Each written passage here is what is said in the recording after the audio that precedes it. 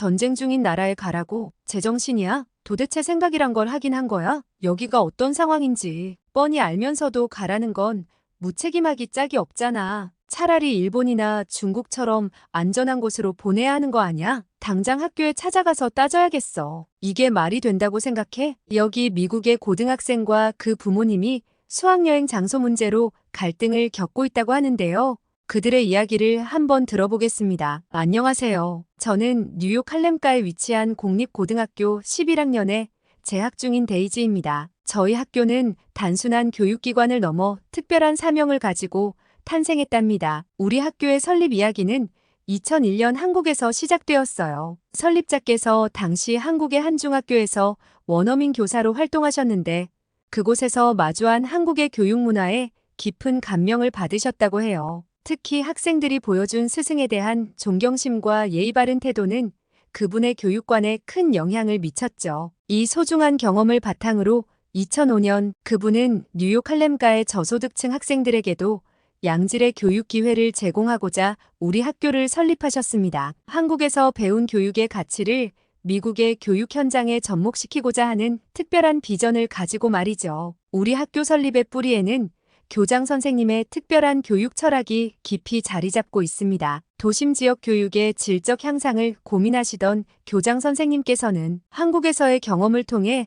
그 해답을 발견하셨다고 해요. 한국의 높은 교육열과 체계적인 학습 문화야말로 미국 도심 지역 학생들의 잠재력을 끌어올릴 수 있는 훌륭한 모델이 될 수 있다고 확신하셨던 거죠. 우리 학교의 독특한 특징 중 하나는 전교생이 한국어를 필수 외국어로 배운다는 점입니다. 1학년부터 3학년까지 체계적인 한국어 교육을 받으며 뉴욕주의 공식 학력평가인 리전츠 시험에서도 우수한 성적을 거두어야만 졸업이 가능합니다.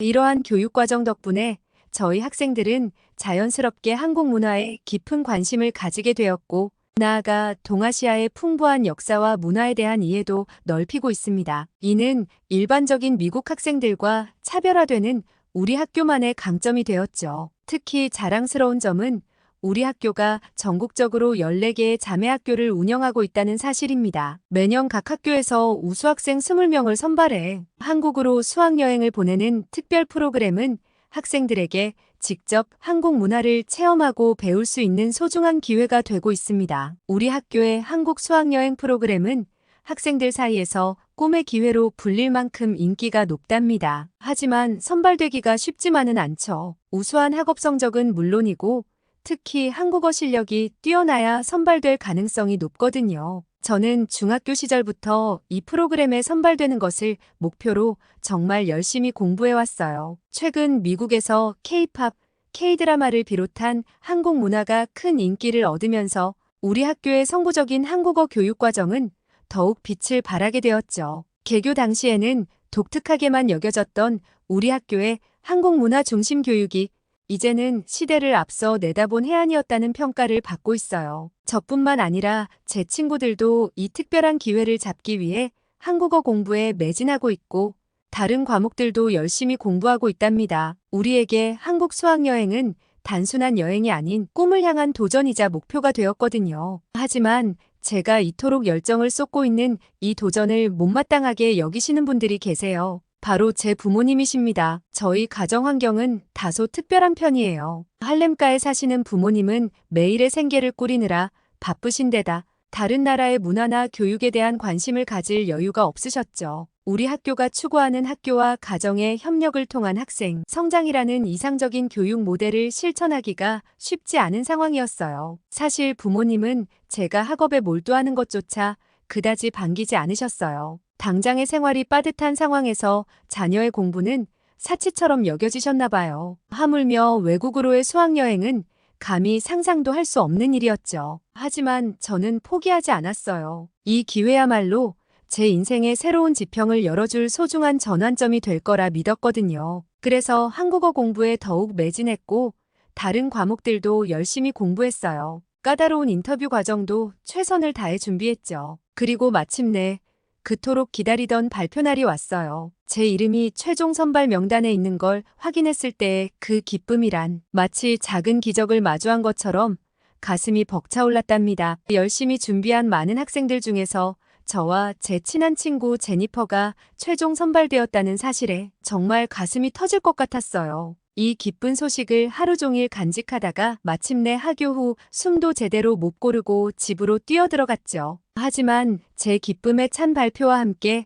아빠의 표정이 굳어지기 시작했어요. 아빠는 한국을 전쟁 중인 나라로 오해하고 계셨던 거예요. 심지어 학교에 항의하겠다는 말씀까지 하셔서 저는 그 순간 제가 그토록 꿈꿔왔던 기회가 물거품이 될까봐 눈앞이 캄캄해졌답니다. 그때 제 편이 되어주신 분은 다름 아닌 엄마였어요. 우리가 돈을 들여보내주지도 못하는 처지에 아이가 스스로 노력해서 얻어낸 기회를 막지는 말자라는 엄마의 말씀은 마치 천사의 목소리 같았어요. 저는 그 말씀에 참았던 눈물을 터뜨리며 엄마를 꼭 안았죠. 엄마는 저를 꼭 껴안아 주시면서도 그래도 가서 조심해야 한다며 걱정 어린 당부도 잊지 않으셨어요. 그 순간 저는 비록 우리 가정이 넉넉하지는 않지만 딸의 꿈을 이해하고 지지해 주시는 엄마의 마음만큼은 세상에서 제일 부자라는 걸 깨달았답니다. 전국 14개 학교에서 단 20명만이 선발되는 특별한 기회였기에 우리 학교에서도 겨우 4명만이 최종 선발되었어요. 다행히 제 친한 친구 제니퍼가 함께 선발되어 큰 위안이 되었죠. 나머지 2 친구는 중국계 미국인 학생과 또 다른 미국인 학생이었어요. 특이하게도 우리 학교는 한국어 교육을 매우 중요시하는데도 한국계 학생은 단 1명도 없었어요. 한국인 친구가 있었더라면 한국의 문화나 역사에 대해 더 많은 이야기를 들을 수 있었을 텐데 하는 아쉬움이 살짝 들었답니다. 드디어 출발 날이 되어 JFK 공항에 모였을 때의 설렘이란 다행히도 항공사에서 우리 넷을 배려해 주셔서 나란히 앉을 수 있는 좌석을 배정받았어요. 처음으로 떠나는 해외여행인데다가 그토록 동경하던 한국으로 향하는 비행기에 오르니 마치 꿈을 꾸는 것만 같았죠. 드디어 비행기에 탑승했지만 예상치 못한 불편한 상황이 발생했어요. 사실 미국인들의 체격 특성상 비행기 좌석이 다소 좁게 느껴지는 건 어쩔 수 없는 일이었죠. 대부분의 승객들은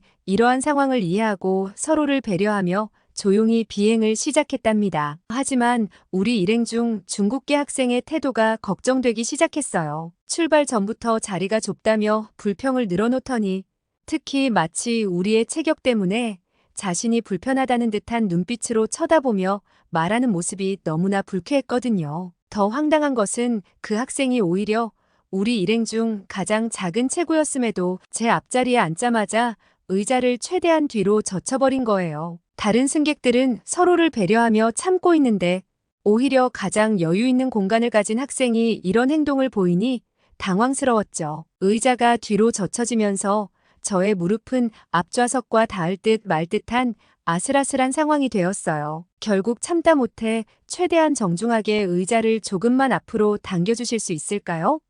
라고 부탁드렸죠. 그런데 제 조심스러운 요청에 돌아온 건 예상치 못한 큰 소리였어요. 내 좌석은 내 마음대로 할 수 있는 거 아냐? 라며 오히려 더 거세게 항의를 하시더라고요. 순간 당황스러웠지만 비행기라는 공간에서 더 큰 갈등이 생기는 걸 원치 않아 침묵을 선택했답니다. 하지만 그것으로 끝이 아니었어요. 다른 승객들이 모두 잠들려고 할 무렵 그 학생은 마치 작정한 듯 승무원을 계속 호출하기 시작했어요. 물을 달라, 주스를 달라, 끊임없이 이어지는 요청에 주변 승객들의 휴식도 방해받고 있었죠. 그 순간 저는 그저 이 긴 비행이 무사히 끝나고 한국에 빨리 도착했으면 하는 마음뿐이었어요. 승무원을 부르는 소리가 들릴 때마다 주변 승객들은 잠에서 깨어나 눈살을 찌푸리며 우리 쪽을 바라보았어요. 같은 학교 프로그램으로 가는 일행이라는 게 너무나 부끄러웠죠. 그저 제발 무사히 한국에 도착하기만 하자라는 생각뿐이었어요. 마침내 15시간이라는 길고 긴 비행이 끝나고 인천공항에 도착했을 때의 그 해방감이란 꽉 막혔던 공간에서 벗어나자 마치 새장에서 풀려난 새처럼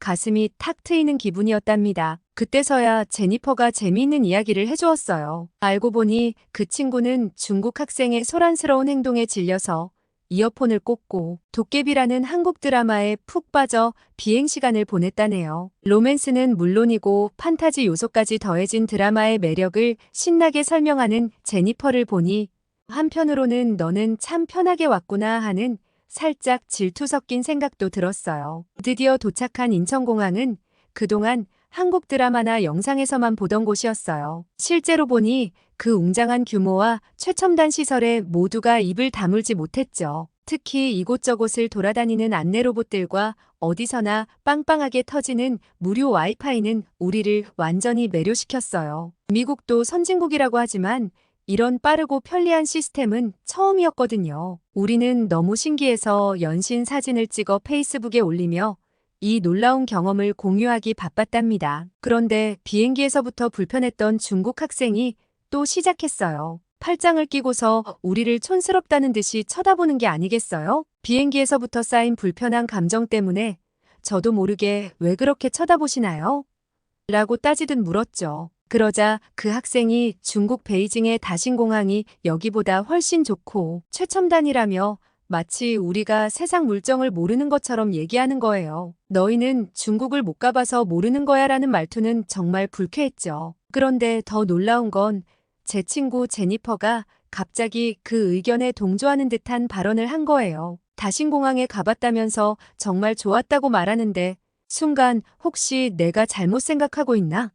하는 생각이 들었어요. 하지만 제니퍼의 다음 말은 정말 충격적이었죠. 제니퍼의 말은 예상치 못한 방향으로 이어졌어요. 그래, 다신공항은 정말 멋지고 최첨단 시설을 자랑하지만 하더니 곧바로 날카로운 지적을 시작했답니다. 겉으로 보기에는 화려하지만 정작 외국인들은 제대로 이용할 수 없는 공항이라는 게 가장 큰 문제 아닐까요? 식당에서 밥 한 끼 먹으려고 해도 중국 전용 결제 시스템만 되니까 외국인들은 속수무책이었죠. 게다가 그 멋진 공항의 모습을 세계에 알리고 싶어서 와이파이를 켜고 페이스북을 열었더니 만리방화벽에 막혀버렸잖아요. 제니퍼의 말은 계속 이어졌어요. 국제공항이라면서 정작 국제 여행객들은 제대로 된 서비스를 누릴 수 없다니. 이건 좀 모순 아닌가요? 돈 들여서 잘 지어놓고 자국민만 편하게 쓸 수 있게 만든다는 건 진정한 의미의 국제공항이라고 할 수 있을까요? 팩트에 기반한 제니퍼의 날카로운 지적에 그동안 거만하게 굴던 중국 학생은 순간 할 말을 잃었어요. 얼굴이 붉어지면서 입을 다물어버렸죠. 그제서야 저는 제니퍼가 왜 처음에 그 학생의 말에 동조하는 척했는지 이해할 수 있었답니다. 도심 한가운데서 템플스테이로 향한다는 선생님 말씀에 우리 모두 의아해했어요. 고층 빌딩 숲 사이에 무슨 절이 있을까 싶었거든요. 그런데 놀랍게도 빌딩들 사이를 지나자마자 마치 다른 세상이 펼쳐지듯 울창한 산이 나타났답니다. 미국에서는 접하기 힘든 산이라는 존재가 너무나 신기했어요. 우리가 아는 운동이라고는 평지에서 하는 조깅 정도인데 한국 사람들은 도시 안에 있는 이런 산들을 일상적으로 오른다니 정말 놀라웠죠. 선생님 말씀으로는 한국인들에게 등산은 너무나 자연스러운 일상이라고 하시더라고요. 처음 접해보는 산길이었지만 숲속에서 느껴지는 촉촉한 흙냄새와 맑은 공기는 마치 자연이 주는 선물 같았어요. 도시의 매연에 익숙했던 폐가 깨끗하게 씻기는 듯한 기분이었죠. 물론 평소 운동 부족이었던 우리는 조금 오르는 것만으로도 숨이 턱까지 차올랐지만요. 마침내 도착한 금선산은 마치 시간이 멈춘 듯한 고요함이 감돌았어요. 현대적인 도시를 벗어나 마치 한국의 전통적인 동화 속으로 들어온 것 같은 신비로운 느낌이었답니다. 가장 놀라웠던 건 스님의 유창한 영어였어요. 사찰 곳곳을 설명해 주시는데 마치 원어민처럼 자연스러운 영어로 설명해 주시니 우리 모두 깜짝 놀랐죠. 이곳이 외국인들에게 인기 있는 곳이라더니 정말 한국인보다 외국인들이 더 많이 보이더라고요. 첫 템플스테이 일정으로 싱잉볼 명상을 시작했어요. 노래하는 그릇이라는 직역처럼 스님께서는 특별한 울림막대로 그릇을 문지르거나 두드리시며 신비로운 소리를 만들어내셨죠. 소리와 함께 퍼져나가는 진동이 우리의 몸과 마음을 평온하게 만들어준다고 설명해 주셨어요. 어두컴컴한 법당에 앉아있으니 싱잉볼의 맑은 울림이 마치 우주의 소리처럼 느껴졌어요. 처음엔 혹시 설명을 들어서 그런가 하는 생각도 들었지만 점점 몸과 마음이 이완되면서 정말로 깊은 평화를 경험하게 되었죠. 하지만 그 고요한 순간도 잠시 어디선가 들려오는 코고는 소리에 집중이 흐트러지기 시작했어요. 소리는 점점 커져갔고 결국 그 소리의 주인공을 발견했죠. 비행기에서부터 불편했던 그 중국 학생이 깊은 잠에 빠져 코를 드르렁거리고 있었던 거예요. 신성한 법당에서 이루어지는 명상 시간에 중국 학생의 코 고는 소리로 인해 민망했던 상황에서 스님의 너그러운 이해와 배려 덕분에 무사히 해프닝을 넘길 수 있었어요. 그러다 저녁 공양 시간이 되었는데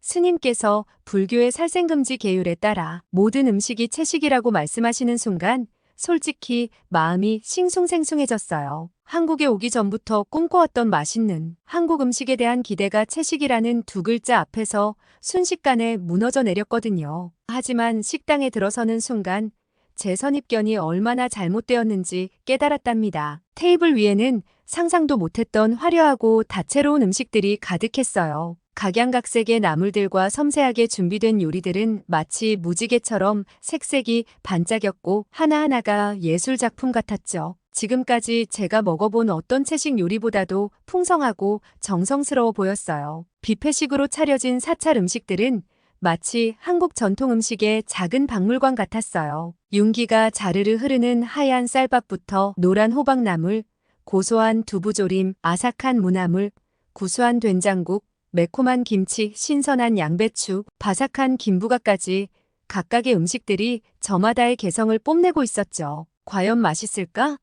하는 의구심을 안고 첫 숟가락을 떴는데 그 순간 제 편견은 완전히 무너져 버렸어요. 채식이라고는 믿기지 않을 만큼 깊은 맛과 풍부한 향, 다채로운 식감이 어우러져 있었거든요. 결국 한 접시를 순식간에 비우고 부끄러운 줄도 모르고 두 번째 접시를 들고 갔답니다. 보살님은 많이 먹어요라며 정겨운 미소로 우리를 반겨주셨지만 동시에 절의 중요한 가르침도 잊지 않으셨어요. 음식은 남기지 말고 먹을 만큼만 덜어가세요라는 말씀에는 음식을 소중히 여기는 절의 정신이 고스란히 담겨 있었죠. 갈색 면 음식의 쫄깃한 식감과 달콤한 맛이 너무 익숙해서 보살님께 여쭤봤어요. 혹시 이게 미국의 한식당에서 먹었던 컵밥 아닌가요?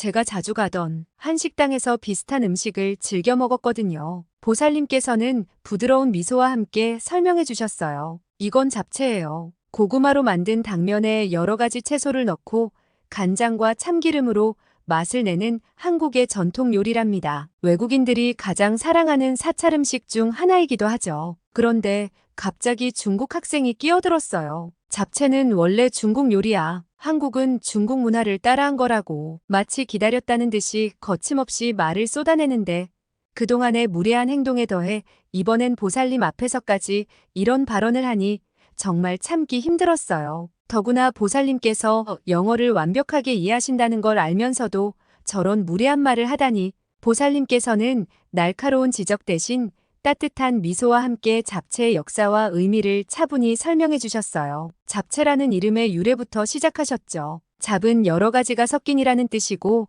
채는 채소를 의미한다고 하셨어요. 여러 재료를 한데 모아 볶는 요리라는 뜻이라고 하시더라고요. 특히 흥미로웠던 건 한국 잡채와 중국 잡채의 차이점이었어요. 같은 이름을 써도 전혀 다른 음식이 되었다는 거죠. 한국의 잡채는 고구마 당면이 주재료가 되어 오히려 면 요리에 가까워졌고 이 특징 때문에 세계적으로도 한국식 잡채로 독립적인 요리로 인정받고 있다고 해요.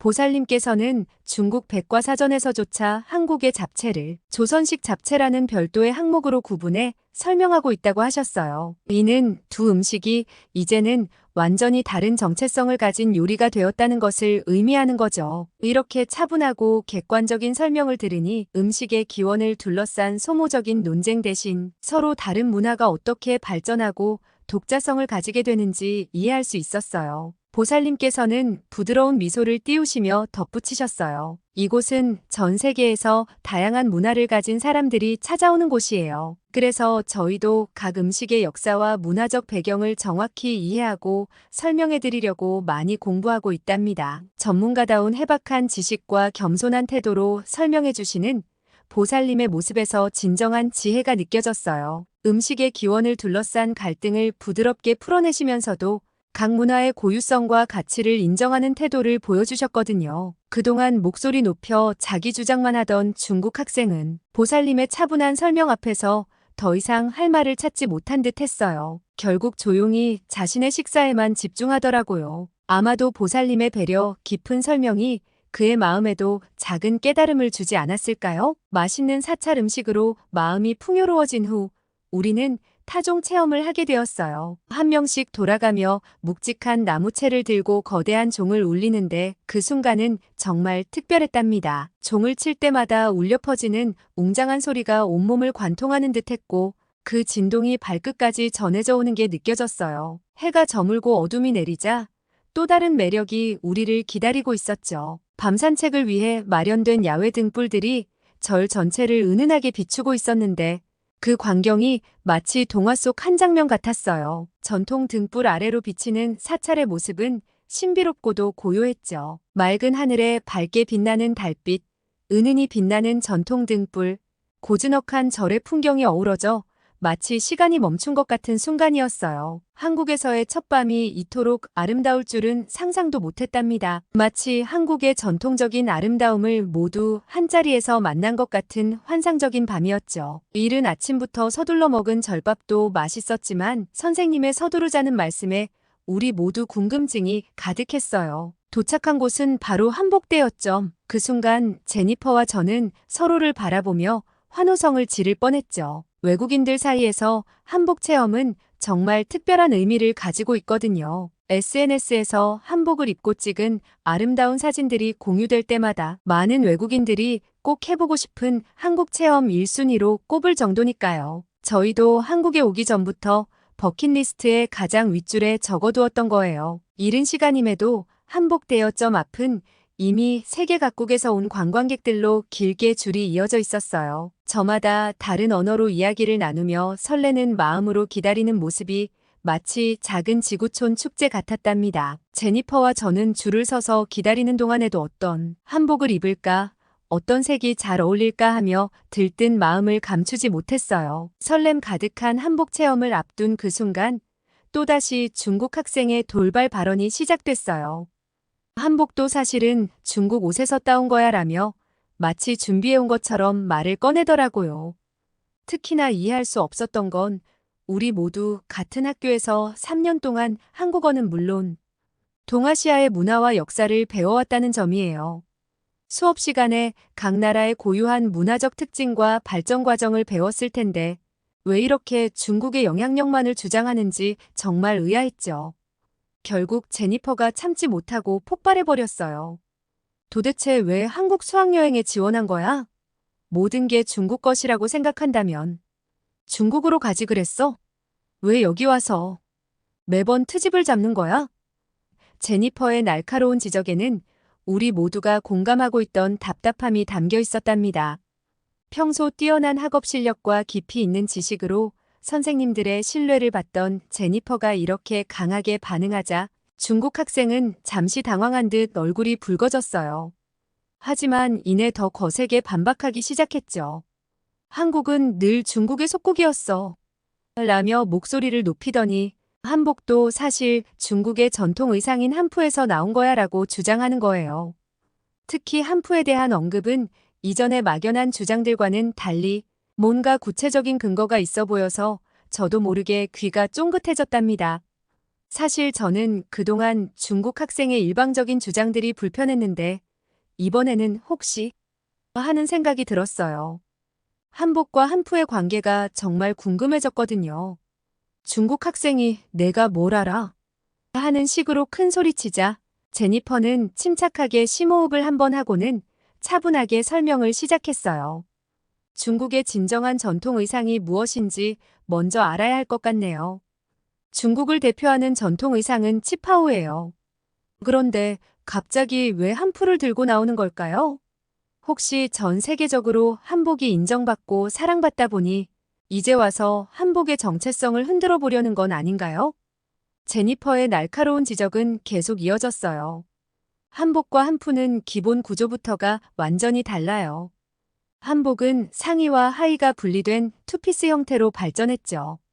반면 한푸는 긴 겉옷으로 바지가 보이지 않을 만큼 길고 여미는 방식도 달라서 등 뒤로 돌아가는 원피스 스타일이에요. 이렇게 기본 구조도 다른데 어떻게 따라했다고 할 수 있죠? 마지막으로 제니퍼는 전곡을 찔렀어요. 근거 없는 주장으로 중국몽에 빠져 분위기만 흐리지 말아주었으면 좋겠어요. 이 말은 마치 날카로운 화살처럼 정확히 핵심을 관통했고 중국 학생은 더 이상 반박할 말을 찾지 못한 채 고개를 돌려버렸답니다. 사찰 음식, 잡채, 이제는 한복까지 한국의 모든 것을 중국 것이라고 주장하는 그 학생의 태도에 정말 지쳐버렸어요. 특히나 이런 귀중한 문화체험의 순간마다 불필요한 논쟁을 일으키는 모습이 너무 안타까웠죠. 더구나 우리 모두는 같은 학교에서 한국 문화와 역사를 배우며 치열한 경쟁을 뚫고 이 수학여행에 선발된 학생들이잖아요. 그런데 왜 굳이 한국에 와서 이렇게 사사건건 트집을 잡고 모든 것을 폄하하려 하는 걸까요? 솔직히 궁금했어요. 한국의 모든 것이 마음에 들지 않는다면 애초에 왜 이 프로그램에 지원했을까? 다른 친구들은 이 기회를 얻기 위해 얼마나 열심히 노력했는데 그 학생의 진짜 속마음이 정말 궁금해졌답니다. 드디어 우리 차례가 되어 한복대여점 안으로 들어섰을 때의 그 감동이란 마치 무지개가 펼쳐진 것처럼 형형색색의 아름다운 한복들이 가득했어요. 선홍빛 치마, 하늘빛 저고리, 연두빛 당이까지 너무나 다양한 색감과 디자인의 한복들이 우리의 시선을 사로잡았죠. 모든 한복이 너무 예뻐서 오히려 선택하기가 더 힘들었어요. 이 치마도 예쁜데 저 저고리도 멋있고 하나만 골라야 한다는 게 너무나 아쉬웠답니다. 제한된 시간 안에 신중히 골라 입고 경복궁으로 향했는데 경복궁 입구에서 우리를 기다리고 있던 가이드분들을 보고 우리 모두 깜짝 놀랄 수밖에 없었어요. 우리의 가이드가 유창한 영어로 자기소개를 시작했을 때 처음엔 그의 어린 외모 때문에 믿기지 않았어요. 혹시 몇 살이세요? 라고 물어보니 놀랍게도 한국 나이로 17살 고등학교 1학년이라는 거예요. 저희와 동갑이라니 정말 믿기지 않았죠. 더 놀라운 건 그가 자원봉사로 이 일을 하고 있다는 사실이었어요.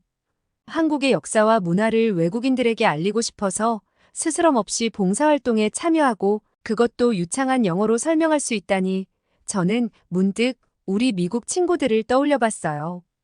과연 우리 나이의 미국 학생 중에 자국의 역사를 이렇게 체계적으로 알고 더구나 외국어로 설명할 수 있는 학생이 몇이나 될까? 한국 학생들의 열정과 실력에 정말 감동받았어요. 단순히 역사를 아는 것을 넘어서 그것을 다른 나라 사람들과 나누고 싶어하는 그들의 자부심과 열정이 너무나 인상적이었답니다. 그 순간 저는 우리 학교 교장 선생님께서 왜 한국의 교육 방식을 그토록 높이 평가하셨는지 비로소 이해하게 되었어요. 중국 학생의 모습을 보며 특히 더 와닿았죠. 중국몽이라는 국가주의적 교육으로 어릴 때부터 일방적인 역사관을 주입받다 보니 해외에 나와서도 객관적인 시각을 갖지 못하고 오히려 자신과 나라의 품격을 떨어뜨리는 결과를 낳고 있었으니까요. 반면 우리가 만난 한국 학생들은 달랐어요. 자국의 역사와 문화에 대한 자부심은 물론이고 그것을 세계와 공유하고 소통하려는 열린 마음가짐이 인상적이었죠. 이런 교육이 바탕이 되었기에 한국이 불과 수십 년 만에 세계가 주목하는 나라로 성장할 수 있었던 게 아닐까요? 특히 저희 또래 한국 친구들의 모습에서 배움에 대한 진정성과 열정을 느낄 수 있었어요. 그래서 자연스럽게 SNS 주소도 교환하고 앞으로도 계속 연락하며 지내기로 약속했답니다. 이런 국제적인 우정이야말로 진정한 문화교류의 시작이 아닐까 생각해요. 경복궁 가이드 투어를 마치고 들뜬 마음으로 다음 체험지로 향하는 길이었어요. 요즘 미국에서 품절 대란이라는 김밥을 직접 만들어 볼 수 있다니 정말 기대되는 순간이었죠. 하지만 지하철역으로 향하던 그 순간 갑자기 제 몸에 비상등이 켜졌어요. 계단을 내려가기 시작하자마자 뱃속에서 심상치 않은 신호가 오기 시작한 거예요. 점점 더 강렬해지는 복통에 마치 뱃속에서 천둥번개가 치는 것 같았어요. 순식간에 얼굴이 하얗게 질리고 식은땀이 흐르기 시작했죠. 걱정스러운 표정으로 제 상태를 살피던 제니퍼가 괜찮아? 많이 아파 보여? 라고 물어보는데 저는 겨우 화장실 급해 라는 말만 할 수 있었어요. 급한 상황에서 가이드분의 지하철 입구에 바로 화장실이 있어요라는 말은 정말 구세주 같았어요. 하지만 여러 친구들 앞이라 창피하기도 했죠. 미국에서의 경험 때문에 저는 반사적으로 혹시 코인 있으세요? 라고 물었어요. 공공장소의 화장실은 당연히 유료일 거라고 생각했거든요. 그런데 가이드분이 오히려 의아해 하시더니 한국의 지하철 화장실은 모두 무료예요 라고 말씀해 주셨죠. 그리고 마침내 도착한 화장실에서 저는 정말 깜짝 놀라고 말았어요. 화장실 문을 열자마자 받은 첫인상은 충격적이었어요. 미국의 공공화장실에서는 상상도 못할 만큼 깨끗했거든요. 게다가 불쾌한 냄새는커녕 은은한 향기까지 났답니다. 각 칸마다 휴지가 넉넉히 구비되어 있어서 휴지 있나? 하고 확인할 필요도 없었죠. 전날 사찰에서 먹은 채식 식단 덕분이었을까요?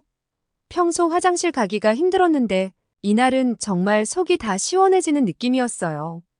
그런데 용무를 마치고 나오는 순간 머리 위에서 갑자기 무언가가 뿌려져서 깜짝 놀랐어요. 알고 보니 자동 방향제 분사 장치였던 거예요.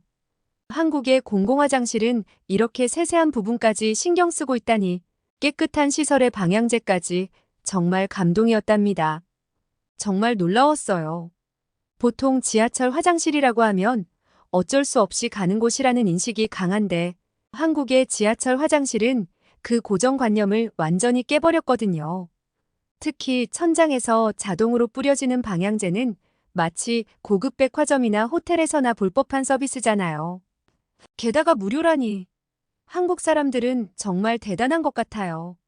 가장 기본적이고 일상적인 공간조차 이렇게 품격 있게 만드는 섬세함이라니 화장실을 고급스럽게 만드는 마법이라고 표현하신 게 정말 적절한 것 같아요. 이런 게 바로 한국이 이토록 빠르게 발전할 수 있었던 비결이 아닐까 싶었어요. 사소한 것 하나까지도 더 나은 방향으로 개선하려는 노력과 세심함이 느껴졌거든요. 삑 마이너스 하는 교통카드 단말기 소리를 들으며 승강장으로 내려갔는데 그곳에서 또 한 번 놀라운 광경을 마주했어요. 승강장 전체를 따라 설치된 투명한 스크린 도어가 마치 완벽한 보호막처럼 서 있었거든요. 순간 뉴욕 지하철이 떠올랐어요. 우리 동네에서는 플랫폼과 선로 사이가 그대로 뚫려 있어서 안전사고 소식을 심심치 않게 듣게 되는데 이렇게 모든 역사에 스크린 도어가 설치되어 있다니 한국의 안전에 대한 투자와 노력이 새삼 놀랍게 느껴졌죠. 특히 인상 깊었던 건 열차가 도착할 때였어요. 스크린 도어가 열차 문과 완벽하게 맞춰져서 동시에 열리는 모습이 마치 첨단 공상과학, 영화의 한 장면 같았거든요. 이런 안전시설이야말로 뉴욕 지하철에 당장 필요한 거 아닐까? 하는 생각이 들었어요. 예산이 많이 들더라도 시민의 안전을 위해서는 반드시 필요한 투자라고 생각했죠. 막상 열차에 탑승하니 또 한 번 놀라움의 연속이었어요. 깔끔하고 쾌적한 실내는 기본이고 특히 안내방송 시스템이 정말 인상적이었죠. 한국어는 물론 영어, 중국어, 일본어까지 마치 작은 국제도시를 타고 가는 것 같았어요. 아, 이래서 외국인들이 한국 지하철에 열광하는 거구나 하는 생각이 절로 들더라고요. 언어를 전혀 모르는 외국인도 전혀 불편함 없이 이용할 수 있으니까요. 문득 의문이 들었어요. 분명 미국이 더 부유한 나라인데 왜 이런 훌륭한 시스템을 도입하지 않을까? 궁금증을 참지 못하고 선생님께 여쭤봤죠. 그런데 선생님의 대답이 또 한 번 저를 놀라게 했어요. 미국도 이미 한국에 앞선 지하철 시스템을 알아보고 있다는 거예요. LA에서 먼저 시범 도입할 예정이라니 우리 뉴욕이 아니라는 게 좀 아쉽긴 했지만 한국의 시스템이 이렇게 세계적으로 인정받고 있다는 사실이 새삼 놀랍게 다가왔어요. 분비는 지하철 안에서 유독 눈에 띄는 게 있었어요. 다른 좌석들과 색이 다른 특별한 자리들이요. 자세히 보니 임산부와 노약자를 위한 배려석이었는데 색상을 다르게 해서 한눈에 알아볼 수 있게 만들어 놓은 거예요. 정말 놀라웠던 건 러시아어로 사람들이 꽉 찼는데도 그 자리만큼은 아무도 앉지 않는다는 거였어요. 임산부나 노약자가 없는 상황에서도 자리가 비어 있는데 모두가 자연스럽게 그 규칙을 지키고 있었죠. 이런 게 바로 진정한 시민의식이구나 하는 걸 직접 목격하는 순간이었어요. 또 하나 신기했던 건 거의 모든 승객들이 스마트폰으로 끊김없이 동영상을 시청하고 있다는 거였어요. 넷플릭스, 유튜브, 마치 작은 영화관들이 모여 있는 것 같았죠. 제니퍼가 제 귀에 대고 속삭였어요. 미국에서는 상상도 못할 일이야. 지하철에서 이렇게 끊김없이 영상을 본다는 게 맞아요. 미국의 LTE 속도와는 비교도 안 되는 빠른 통신 환경이 정말 부러웠어요. IT 강국이라는 말이 그냥 나온 게 아니었네요. 교통수단 하나를 봐도 한국의 기술력이 얼마나 앞서 있는지 확실히 알 수 있었답니다. 지하철의 놀라움을 카메라에 담아두고 설레는 마음으로 김밥 쿠킹 클래스 장소에 도착했어요. 미국의 트레이더 조스에서는 구하기 힘들 정도로 인기 있는 김밥을 직접 만들 수 있다니 벌써부터 가슴이 두근거렸죠. 이걸 배우면 집에서도 만들 수 있고 바쁘신 부모님께도 도시락으로 싸드릴 수 있겠다는 생각에 더욱 기대되었어요. 그런데 선생님께서 김밥에 대한 설명을 시작하시자마자 또다시 그 익숙한 목소리가 들려왔죠. 이것도 일본 거 아니에요? 왜 자꾸 남의 것을 따라하면서 한국 것이라고 하는 거예요? 정말이지 그 순간 제 속에서는 한숨밖에 나오지 않았어요. 아, 또 시작이구나. 사사건건 트집 잡는 이 학생의 입을 잠시 막아버리고 싶은 충동이 들 정도였죠. 우리 모두가 즐겁게 배우려는 이 순간까지도 망치려 하다니. 선생님께서는 차분하게 하지만 명확하게 김밥의 정체성에 대해 설명해 주셨어요. 맞아요. 얼마 전까지만 해도 서양에서는 김밥을 코리언, 수시나 캘러포니어 롤이라고 불렀어요. 하지만 이건 단순히 외국인들의 이해를 돕기 위한 비유였을 뿐이에요. 마치 피자를 처음 보는 사람에게 동그란 빵 위에 여러 재료를 올린 음식이라고 설명하는 것처럼요. 그리고 스시와 김밥의 결정적인 차이점도 짚어주셨죠. 일본의 스시는 식초로 맛을 낸 밥을 사용해 신맛과 단맛이 특징이에요. 고급 레스토랑에서 비싼 값에 즐기는 특별한 요리죠. 반면 한국의 김밥은 참기름으로 맛을 내고 다양한 채소와 단백질을 골고루 넣어 영양까지 생각한 든든한 한 끼 식사예요. 편의점이나 마트에서 부담 없이 살 수 있는 가격으로 건강한 한 끼를 즐길 수 있죠. 특히 인상 깊었던 건 김밥이 어떻게 미국인들의 마음을 사로잡았는지에 대한 설명이었어요. 한국의 김밥은 건강하면서도 맛있는 패스트푸드라는 새로운 카테고리를 만들어냈다는 거죠. 선생님의 설명은 더욱 흥미로웠어요. 특히 일본 시장에서의 김밥 이야기가 인상적이었죠. 지금 일본에서는 자신들의 노리마키와 구별하기 위해 일부러 김파라고 표기하거나 아예 한글로 김밥이라고 써놓고 있어요. 본인들의 음식과 다르다는 걸 인정하고 오히려 한국 김밥만의 특별함을 강조하고 있다는 거죠. 만약 정말 일본 음식에서 따온 거라면 굳이 이렇게 구분할 필요가 없지 않을까요? 이 명쾌한 설명에 교실은 고개를 끄덕이는 분위기였어요. 특히 제니퍼는 더 이상 참지 못하고 중국 학생 쪽으로 몸을 돌려 조용히 하지만 단호하게 말했죠. 이제 그만하면 좋겠어. 계속 이렇게 트집 잡는 건 우리 모두에게 좋지 않아. 조용히 수업에 집중하자. 김밥 만들기는 제가 생각했던 것보다 훨씬 쉽고 재미있었어요. 밥 위에 다양한 재료들을 올리고 돌돌 말기만 하면 되는데 특히 좋았던 건 재료를 자유롭게 선택할 수 있다는 거였죠. 건강한 야채들을 골고루 넣을 수 있어서 이거 집에 가서 부모님께 꼭 만들어 드려야겠다는 생각이 절로 들었답니다. 그리고 우리의 여정은 서울을 벗어나 경주로 이어졌어요. KTX를 처음 타봤는데 이게 또 하나의 놀라운 경험이었죠. 미국에서는 이런 거리면 당연히 비행기를 탔을 텐데 한국은 전국 어디든 3시간 이내로 갈 수 있다니 게다가 고속으로 달리는 열차 안에서도 와이파이가 끊김없이 빵빵하게 터지는 거예요. 문득 걱정이 되더라고요. 이렇게 편리한 곳에서 지내다가 미국으로 돌아가면 적응할 수 있을까? 모든 게 느리고 불편하게 느껴질 것 같았거든요. 특히 재미있었던 건 제가 SNS에 올린 한국 관련 게시물들의 반응이었어요. 평소보다 훨씬 많은 조회수와 댓글이 달렸는데 다들 한국의 발달된 시스템과 문화에 놀라워하는 반응이었죠. 특히 지하철이나 KTX 안에서의 완벽한 와이파이 연결, 깨끗한 시설들, 제가 올린 모든 한국 관련 콘텐츠가 폭발적인 인기를 끌었어요. 불국사에 첫 발을 내딛는 순간 마치 시간 여행을 한 것 같았어요. 하늘 높이 솟은 석탑들과 웅장하면서도 섬세한 사찰 건축물들이 저를 과거로 데려간 듯 했죠. 특히 다보탑과 석가탑 앞에 서 있을 때는 말로 표현하기 힘든 감동이 밀려왔어요.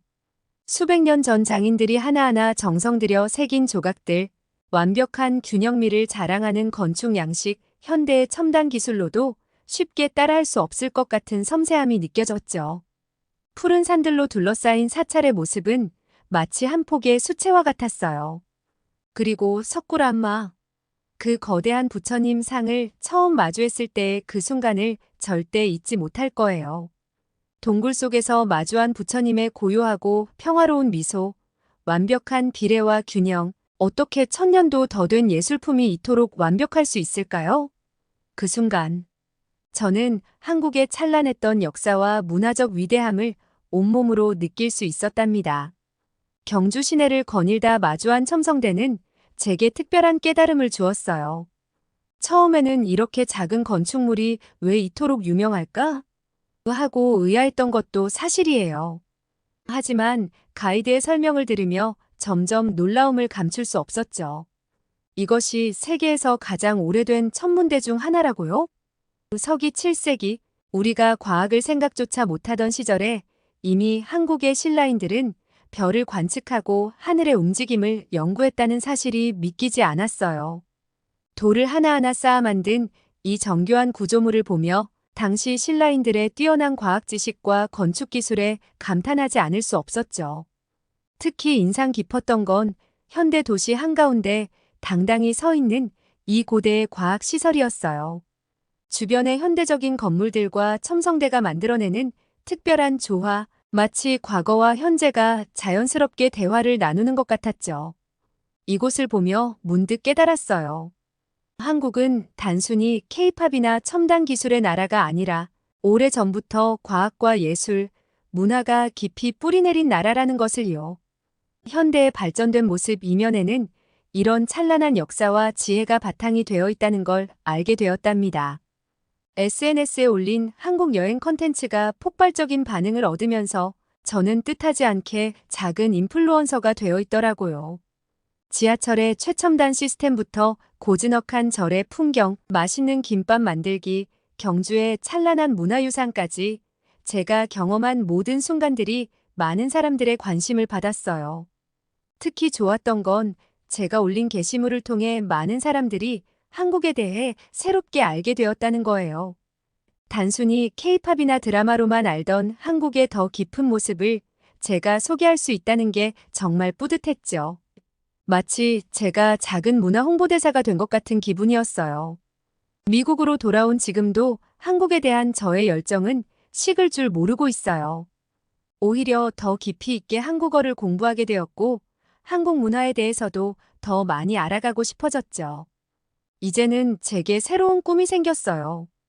대학을 졸업하고 한국에서 일하면서 살아보는 거예요. 첨단 기술과 전통이 조화롭게 공존하는 나라, 매일매일이 새로운 발전을 이뤄가는 역동적인 도시에서 저의 미래를 그려보고 있답니다. 오늘은 정말 특별한 사연을 함께 나눴네요. 뉴욕 할렘가의 한 공립고등학교에서 시작된 데이지의 한국 여행기는 단순한 관광 이상의 의미를 가진 소중한 경험이었던 것 같습니다.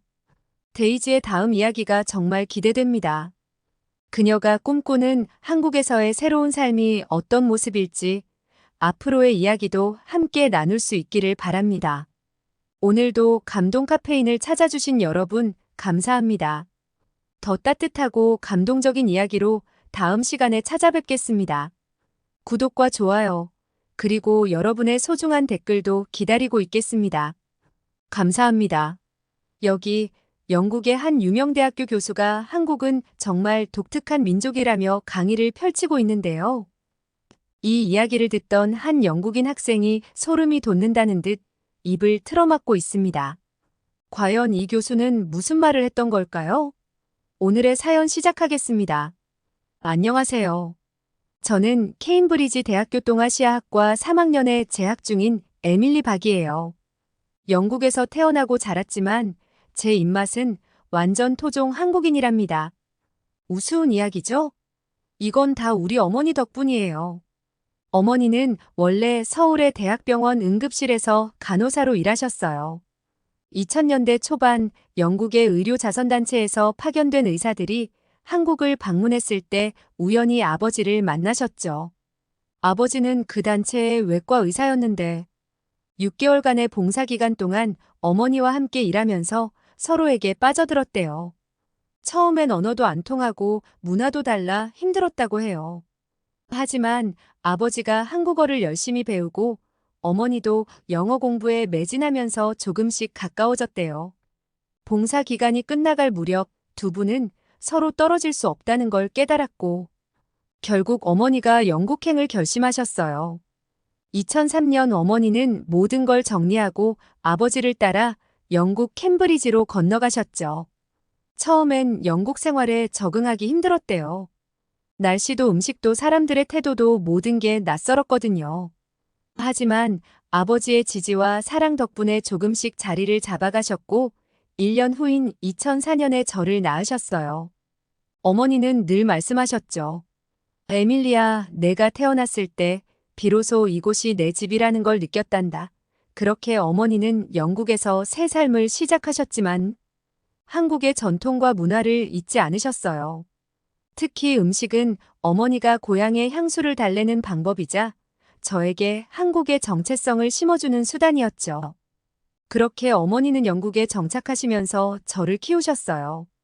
어머니는 한국 음식에 대한 사랑이 각별하셨어요. 매일 아침 일어나면 김치 냄새와 함께 하루가 시작됐죠. 된장찌개, 김치찌개, 불고기, 비빔밥, 우리 집 식탁은 늘 한국 음식 천국이었어요. 특히 마늘과 김치는 어머니께서 가장 중요하게 여기신 음식이었죠. 에밀리야, 이리 와봐. 오늘은 김치 담그는 법을 가르쳐 줄게. 어머니는 종종 저를 부엌으로 불러 한국 음식 만드는 법을 가르쳐 주셨어요. 이 마늘 좀 봐. 이게 우리 몸을 지키는 방패란다. 감기도 물리치고 피도 맑게 해줘. 그리고 이 김치, 이건 우리 장을 튼튼하게 만들어주는 마법의 음식이지. 어머니 말씀대로였는지 전 정말 감기 한 번 걸리지 않고 건강하게 자랐어요. 친구들이 독감으로 학교에 결석할 때도 저는 늘 멀쩡했죠. 하지만 학교에서는 상황이 달랐어요. 10살 때였나요? 처음으로 엄마가 싸주신 도시락을 학교에 가져갔어요.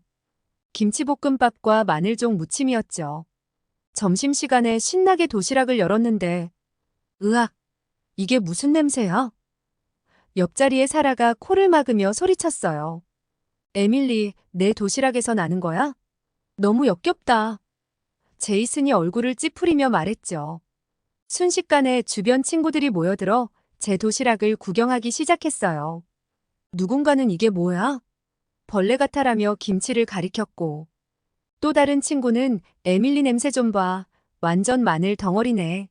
라고 놀렸어요. 그 순간 너무 당황스럽고 부끄러워서 어쩔 줄 몰랐어요. 결국 도시락을 덮고 화장실로 달려가 울고 말았죠. 그날 이후로 다시는 한국 음식을 학교에 가져가지 않았어요. 대신 평범한 샌드위치로 점심을 때우곤 했죠. 사실 그때부터 제 한국 혈통을 숨기기 시작했답니다. 영국식 샌드위치를 싸와도 친구들은 절 김치 소녀라고 불렀으니까요. 집에선 김치찌개와 불고기 냄새가 가득했지만 밖에선 철저히 영국인인 척 했어요. 그렇게 저는 한국인임을 숨겼지만 마음속으로는 한국에 대해 너무너무 궁금했어요. 어머니께서 들려주시는 한국 이야기, TV에서 우연히 보게 되는 한국 드라마, 인터넷에서 찾아보는 한국 문화 모두 저에게는 비밀스러운 보물 같았죠. 하지만 여전히 밖에서는 평범한 영국인인 척 했어요. 고등학교를 졸업할 무렵 진로를 고민하다 문득 깨달았어요. 제가 정말 알고 싶은 건 숨겨왔던 제 뿌리에 대한 것이라는 걸요. 그래서 캠브리지 대학교 아시아학과에 지원하게 되었어요. 부모님께 말씀드렸을 때 어머니는 기쁨의 눈물을 흘리셨죠. 에밀리, 내가 우리의 뿌리를 찾아가는 모습을 보게 되다니 정말 기쁘구나. 그렇게 새 학기가 시작되었어요. 3학년이 된 저는 이번 학기에 현대 아시아의 문화와 사회 수업을 듣게 되었죠. 강의 첫날, 설레는 마음으로 강의실로 향하고 있었어요. 그때였어요. 캠퍼스 내 더 그라인드 카페 앞을 지나가는데 갑자기 날카로운 고성이 제 귀를 찔렀어요. 뭐라고요? 버블티가 없다고요? 이게 말이 돼요? 고개를 돌려보니 한 중국인 학생이 카운터 앞에 서서 직원을 노려보고 있었어요. 그의 얼굴은 붉게 달아올랐고 주먹을 꽉 쥐고 있었죠. 목소리에는 분노와 좌절감이 가득했어요. 정말 죄송합니다만 손님 카운터 직원의 목소리가 떨리고 있었어요. 그녀의 이마에 땀방울이 맺히는 게 보였죠. 저희 메뉴에는 버블티가 없어요. 대신 얼그레이나 잉글리시 브렉퍼스트 티를 추천드릴 수 있는데. 그게 아니라고요. 중국인 학생이 카운터를 탁 하고 내리쳤어요. 주변에 있던 다른 학생들이 깜짝 놀라 뒤로 물러섰죠. 이건 명백한 차별이에요. 아시아 학생들을 무시하는 거예요. 우리도 이 학교의 학생이라고요. 그 학생의 목소리가 점점 더 커졌어요. 카페 안의 모든 사람들이 이 상황을 지켜보고 있었죠. 어떤 이들은 휴대폰을 꺼내 동영상을 찍기 시작했고, 다른 이들은 불편한 표정으로 서로 속삭이고 있었어요. 저는 그 자리에 얼어붙은 채 서 있었어요. 가슴이 쿵쾅거리고 손바닥에 땀이 났죠. 이게 단순한 문화 차이일까 아니면 정말 차별일까? 라는 생각이 머릿속을 맴돌았어요. 시계를 보니 강의 시작 시간이 다가오고 있었죠. 더 이상 지체할 수 없어 서둘러 강의실로 향했어요. 카페에서의 소란스러운 장면을 뒤로하고 강의실에 도착했어요. 가슴이 아직도 쿵쾅거리는 걸 느끼며 자리에 앉았죠. 그때 존 스미스 교수님이 강단에 올랐어요. 자, 오늘은 아시아의 작은 거인, 대한민국에 대해 이야기해 보겠습니다. 교수님의 목소리에 집중하자 아까의 불편한 기억이 조금씩 흐려졌어요. 여러분, 대한민국은 아마도 세계에서 가장 이해하기 어렵고 독특한 나라일 겁니다. 교수님의 말에 저도 모르게 귀가 쫑긋 섰어요. 이 나라는 우리의 상식을 계속해서 깨뜨리죠. 교수님은 프로젝터로 한국 지도를 보여주셨어요. 보세요, 이 작은 나라를. 영국의 웨일스 정도 크기밖에 안 되는데 믿기 힘든 다양성을 품고 있습니다. 교수님은 잠시 말을 멈추고 강의실을 둘러보셨어요. 모두의 시선이 그에게 집중되어 있었죠. 우리 영국도 사계절이 있죠. 하지만 한국의 계절은 그 극단성에서 우리와는 차원이 다릅니다. 교수님은 화면에 영국과 한국의 계절별 기온 그래프를 띄우셨어요. 보세요. 영국의 기온 변화는 완만한 곡선을 그리지만 한국은 마치 롤러코스터 같습니다. 그러고는 계속해서 설명하셨어요. 한국의 여름은 동남아시아 못지않게 덥고 습합니다. 반면 겨울은 시베리아에 버금가는 혹한이 닥치죠. 봄과 가을은 또 어떻습니까? 그 아름다움은 세계적으로 유명하지만 꽃가루 알레르기로 고통받는 사람들도 많답니다. 저는 고개를 끄덕였어요. 어머니가 항상 말씀하시던 꽃샘추위와 소나기가 생각났거든요. 더 놀라운 건 이런 극단적인 변화를 겪으면서도 한국 사람들은 이를 자연스럽게 받아들이며 독특한 문화를 만들어냈다는 겁니다. 교수님이 말씀하셨어요. 예를 들어 김장 문화를 보세요. 교수님은 김장하는 모습의 사진을 보여주셨어요. 겨울이 오기 전 온 가족이 모여 김치를 대량으로 만들어 저장합니다. 이는 단순한 식문화가 아니에요. 혹독한 겨울을 대비해 채소를 보존하는 지혜이자 가족과 이웃 간의 유대를 강화하는 사회적 행사입니다. 그 다음은 온돌 시스템의 도면이 화면에 나왔어요. 온돌은 정말 독특합니다. 바닥 전체를 데워 집 전체를 따뜻하게 만드는 난방 시스템이죠. 추운 겨울, 영하로 떨어지는 기온에 대한 해답이었어요. 이 시스템은 한국인의 좌식 문화와도 밀접하게 연관되어 있습니다. 마지막으로 마루의 사진이 보여졌어요. 마루는 여름을 이기는 한국만의 방법입니다. 습하고 더운 여름, 마루는 통풍을 돕고 시원함을 유지해줍니다. 게다가 이는 신발을 벗고 생활하는 한국의 주거 문화와도 잘 맞아떨어지죠. 교수님은 잠시 숨을 고르시더니 말을 이으셨어요.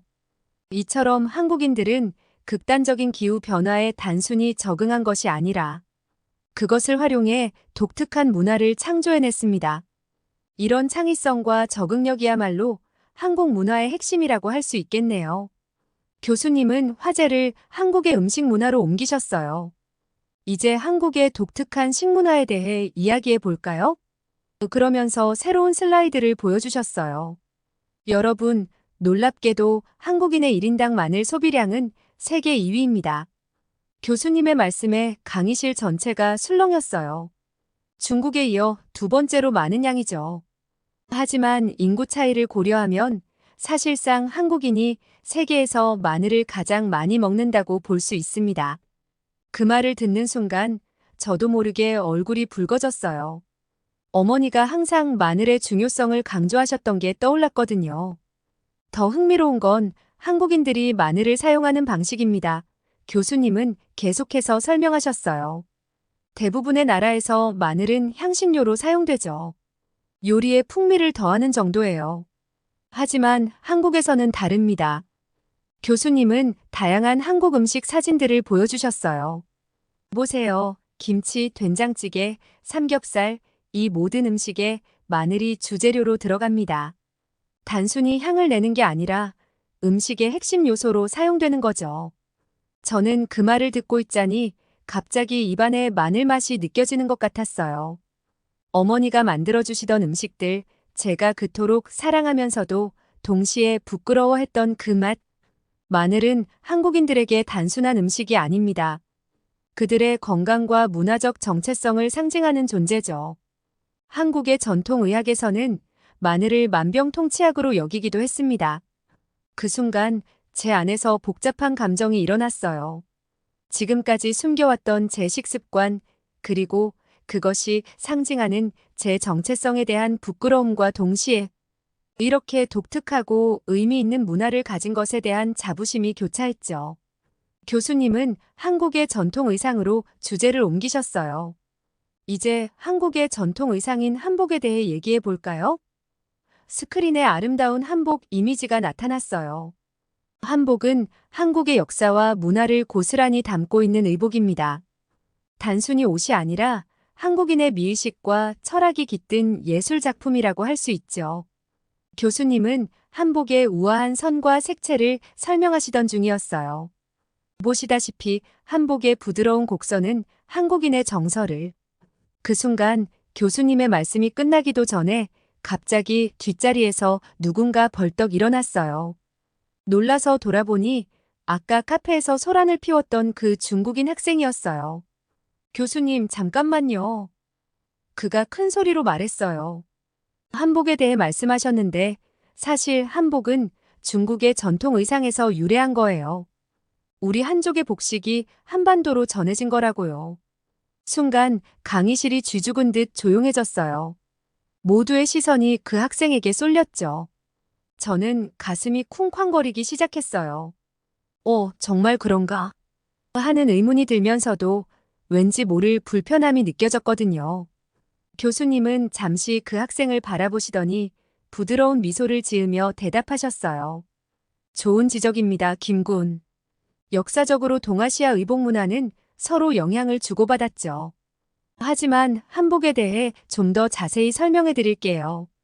교수님은 프로젝터로 한복과 중국 전통 의상의 이미지를 나란히 띄우셨어요. 보시다시피 한복과 중국 의상 사이에 유사성이 있는 건 사실입니다. 하지만 한복만의 독특한 특징들이 있어요. 특히 한복은 기마 문화의 영향을 강하게 받았습니다. 교수님은 한복 바지의 이미지를 확대해 보여주셨어요. 보세요. 이 넓은 바지는 말을 타기에 매우 적합한 구조예요. 이는 유목 문화의 영향을 받은 거죠. 반면에 상의인 저고리는 좀 더 농경 문화의 특징을 보이고 있어요. 그러더니 이번엔 한국인의 전통 머리 모양을 보여주셨어요. 그리고 이 상투 보세요. 이건 전형적인 농경 문화의 특징입니다. 일하기 편하도록 머리를 묶은 거죠. 교수님의 설명이 이어질수록 그 중국인 학생의 얼굴이 점점 붉어졌어요. 그는 뭔가 말하려다 그만두기를 몇 번 반복했죠. 결론적으로 교수님이 정리하셨어요. 한복은 중국 의상의 영향을 받았지만 한반도의 독특한 지리적, 문화적 환경에 맞춰 독자적으로 발전한 의복이에요. 농경과 유목, 두 문화의 특징을 모두 담고 있는 독특한 옷이죠. 그 말을 들은 중국인 학생은 당황한 듯 얼굴을 붉히며 자리에 털썩 주저앉았어요. 강의실 전체가 잠시 정적에 빠졌다가 이내 작은 술렁임이 일었죠. 저는 그 광경을 보며 묘한 감정이 들었어요. 한편으로는 뿌듯함과 자부심이 느껴졌고 다른 한편으로는 그동안 제가 얼마나 제 문화에 대해 무지했는지 깨달았거든요. 이제라도 더 배워야겠다는 생각이 들었어요. 강의가 마무리되어 갈 때쯤 교수님은 잠시 주저하는 듯한 표정을 지으셨어요. 그러더니 갑자기 아무도 예상치 못한 고백을 하셨죠. 자, 여러분. 사실 제가 여러분에게 말씀드릴 게 있습니다. 교수님의 목소리에 긴장감이 느껴졌어요. 강의실 전체가 숨을 죽였죠. 저는 지난 3년간 매일 김치를 먹어왔습니다.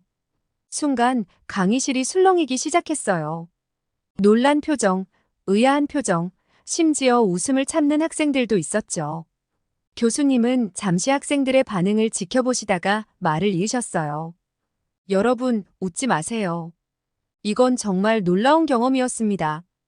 그 결과 믿기 힘드시겠지만 저는 지난날 동안 감기에 거의 걸리지 않았어요. 그 말에 강의실은 완전히 뒤집어졌어요. 학생들 사이에서 놀라움의 탄성이 터져나왔고 이내 열띤 토론이 시작됐죠. 교수님, 정말인가요? 어떤 김치를 드신 거예요? 그럼 한국 사람들은 정말 감기에 안 걸리나요? 질문이 쏟아졌어요. 저는 그저 멍하니 앉아 있었죠. 제가 평생 당연하게 여겼던 것이 이렇게 특별한 것이었다니. 교수님은 환하게 웃으시며 대답하셨어요. 네, 정말입니다. 처음에는 호기심에 시작했지만 이제는 제 생활의 일부가 되었죠. 한국의 발효 음식 문화는 정말 과학적으로도 흥미로운 주제입니다. 그 순간부터 강의실의 분위기가 완전히 바뀌었어요. 학생들은 한국 문화, 특히 음식에 대해 더 알고 싶어 했죠. 누군가는 근처 한국 식당을 추천하기 시작했고, 다른 학생은 김치 만드는 법을 물어보기도 했어요. 저는 그 모습을 보며 가슴이 뭉클해졌어요. 제가 그동안 숨기려 했던, 심지어 부끄러워했던 제 문화가 이렇게 관심의 대상이 되다니, 눈시울이 붉어지는 걸 느꼈어요. 어릴 적 친구들의 놀림, 도시락을 숨기며 먹었던 순간들, 그리고 한국인 엄마를 둔 것을 감추려 했던 모든 순간들이 주마등처럼 스쳐 지나갔죠. 그때 옆자리의 친구 에밀리가 제게 물었어요. 내가 항상 맛있는 냄새 나는 도시락을 가져오더라. 혹시 한국 음식이었니? 순간 망설였지만 이제는 더 이상 숨기고 싶지 않았어요. 깊은 숨을 들이쉬고 대답했죠. 사실 내 엄마가 한국 분이셔. 늘 한국 음식을 해주셨어. 에밀리의 눈이 커졌어요. 정말? 와, 그렇구나. 너 운이 정말 좋다. 난 항상 내 도시락이 부러웠어. 그 말을 듣는 순간 눈물이 왈칵 쏟아질 것 같았어요. 지금까지 왜 이렇게 소중한 것을 숨겨왔을까? 하는 후회와 함께 이제야 제 정체성을 인정하게 된 안도감이 밀려왔죠. 주변의 다른 친구들도 우리 대화를 듣고 관심을 보이기 시작했어요. 너희 어머니께 김치 만드는 법 좀 물어봐 줄 수 있어? 다음에 한국 음식 파티 열면 안 돼? 그 순간 저는 깨달았어요. 제가 그토록 숨기려 했던 것이 사실은 제가 가진 특별한 선물이었다는 걸요. 이제는 당당하게, 자랑스럽게 제 뿌리를 인정하고 싶어졌어요. 그래, 다음에 다 같이 우리 집에서 한국 음식 파티 열자. 내가 엄마한테 부탁해서 진짜 맛있는 김치찌개랑 불고기 해달라고 할게. 제 말에 친구들이 환호성을 질렀어요. 그날 밤 저는 오랜만에 설레는 마음으로 엄마에게 전화를 걸었어요. 엄마, 나 이제 우리가 한국인이란 거 자랑스러워요. 다음에 친구들 데려가도 돼요? 엄마의 목소리가 떨렸어요. 정말이니, 에밀리? 내가 그렇게 말해주다니 정말 기쁘구나. 엄마의 말씀에 저도 모르게 눈물이 흘렀어요. 파티 전날부터 친구들의 메시지가 쏟아졌어요. 에밀리, 나 너무 기대돼. 진짜 한국 음식을 먹을 수 있다니. 나 BTS 노래 들으면서 한국어 공부하고 있어. 안녕하세요, 맞아? 한국 드라마에서 본 김치찌개 꼭 먹어보고 싶어. 친구들의 관심에 가슴이 벅차올랐어요. 다음 주 저희 집에서 한국 음식 파티를 열었어요. 친구들이 도착하기 전 현관문을 열자 고소한 참기름 냄새와 매콤한 김치 향이 가득했어요. 엄마가 정성스럽게 준비한 김치찌개, 불고기, 파전, 잡채, 테이블 위에는 온갖 맛있는 음식들로 가득했죠. 친구들이 들어오자마자 환호성을 질렀어요. 와, 이게 그 유명한 한국의 밥상이구나. TV에서 본 것보다 더 근사해 보여. 친구들은 서로 한국에 대해 아는 것을 자랑하기 시작했어요. 난 한국 영화 기생충 봤어. 아카데미상 받은 거 알아? 난 한국 화장품을 써봤는데 피부가 완전 좋아졌어. 작년에 한국 여행 갔을 때 길거리 음식이 정말 맛있었어. 모두가 한국 문화의 매력에 푹 빠진 것 같았어요. 친구들은 처음 보는 음식들에 호기심 가득한 눈으로 달려들었어요. 다음 날 대학 캠퍼스에 들어서자마자 분위기가 달랐어요. 평소엔 그냥 스쳐 지나가던 사람들이 저를 알아보고 반갑게 인사를 건넸죠. 에밀리. 안녕하세요. 한 학생이 서툰 한국어로 말을 걸었어요. 어제 인스타에서 내 파티 사진 봤어. 정말 대단해 보였어. 수업 시간에는 더 놀라운 일이 벌어졌어요. 교수님께서 갑자기 저를 지목하셨죠. 에밀리, 우리 반 친구들에게 한국 문화에 대해 잠깐 소개해 줄 수 있나요? 순간 긴장됐지만 용기를 내어 앞으로 나갔어요. 제가 말을 시작하자 친구들이 눈을 반짝이며 경청했죠. 한국에는 정이라는 독특한 문화가 있어요. 이건 단순한 친절을 넘어선 깊은 유대감을 의미해요. 수업이 끝나고 나오는데 아시아학과 학생회 회장인 제시카가 저를 불러 세웠어요. 에밀리, 잠깐 시간 있어? 우리 이번 학기에 아시아 문화의 밤 행사를 준비 중인데 내가 한국 문화 섹션을 맡아줬으면 해. 어때? 깜짝 놀라 물었죠. 정말요? 제가 할 수 있을까요? 제시카는 환하게 웃으며 말했어요. 당연하지. 내가 아니면 누가 해? 이번 기회에 우리 모두가 한국 문화의 매력에 빠질 수 있도록 해줘. 그 순간 가슴이 벅차올랐어요. 제 정체성을 숨기려 했던 게 불과 며칠 전인데 이제는 제가 한국 문화의 대표자가 되다니. 좋아요, 제가 해볼게요. 자신감 있게 대답했어요. 그날 저녁 도서관에서 한국 문화에 대한 책을 찾아보며 생각했어요. 이제 시작이야. 내가 알고 있는 한국의 아름다움을 모두에게 보여줄 거야. 이제 저는 더 이상 제 뿌리를 숨기지 않을 거예요. 오히려 그것을 자랑스럽게 여기게 됐죠. 얼마 전 있었던 일이 제 마음을 완전히 바꿔놓았어요. 제가 가진 이중 문화적 배경이 약점이 아니라 강점이라는 걸요. 두 문화 사이에 다리 역할을 할 수 있다는 게 얼마나 특별한 일인지 그제야 알게 됐답니다. 이 경험을 계기로 저는 꿈을 정했어요. 한국과 영국 사이에서 문화 교류를 돕는 일을 하고 싶어요. 국제 문화 컨설턴트나 문화 교류 프로그램 기획자가 되는 게 목표예요. 양국의 기업들이 서로의 문화를 이해하고 소통할 수 있도록 돕는 일을 하고 싶어요. 이 꿈을 위해 지금부터 열심히 준비하고 있어요. 한국어 실력을 더 키우고 양국의 역사와 문화에 대해 깊이 공부하고 있죠. 대학에서 진행하는 한영 문화 교류 프로그램에도 적극적으로 참여하고 있어요. 그리고 정말 기쁜 소식이 있어요. 다음 달에 엄마와 함께 7년 만에 한국을 방문할 예정이에요. 이번 여행은 제게 특별한 의미가 있어요. 제 뿌리를 더 깊이 이해하고 살아있는 한국 문화를 직접 경험할 수 있는 기회니까요. 먼저 서울에 도착해서 외할머니를 뵐 거예요. 할머니께서 사시는 북촌 한옥마을에서 며칠 머물며 전통 문화를 체험할 계획이에요. 할머니와 함께 한복을 입고 경복궁을 거닐며 조선시대의 역사를 느껴보고 싶어요. 그 다음엔 현대적인 서울을 경험하려고 해요. 강남의 첨단 빌딩들 사이를 걸으며 한국의 빠른 발전상을 직접 보고 싶어요. K-팝 댄스 클래스도 들어보고 홍대에서 버스킹 공연도 즐길 거예요. 한강공원에서 치맥치킨과 맥주를 즐기는 것도 잊지 않을 거예요. 마지막으로는 제주도로 갈 거예요.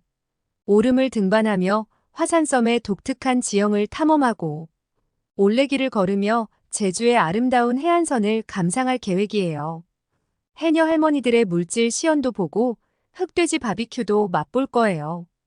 이번 여행을 통해 한국의 전통과 현대, 그리고 자연을 모두 경험하며 제 정체성의 뿌리를 더 깊이 이해할 수 있을 거라 기대해요.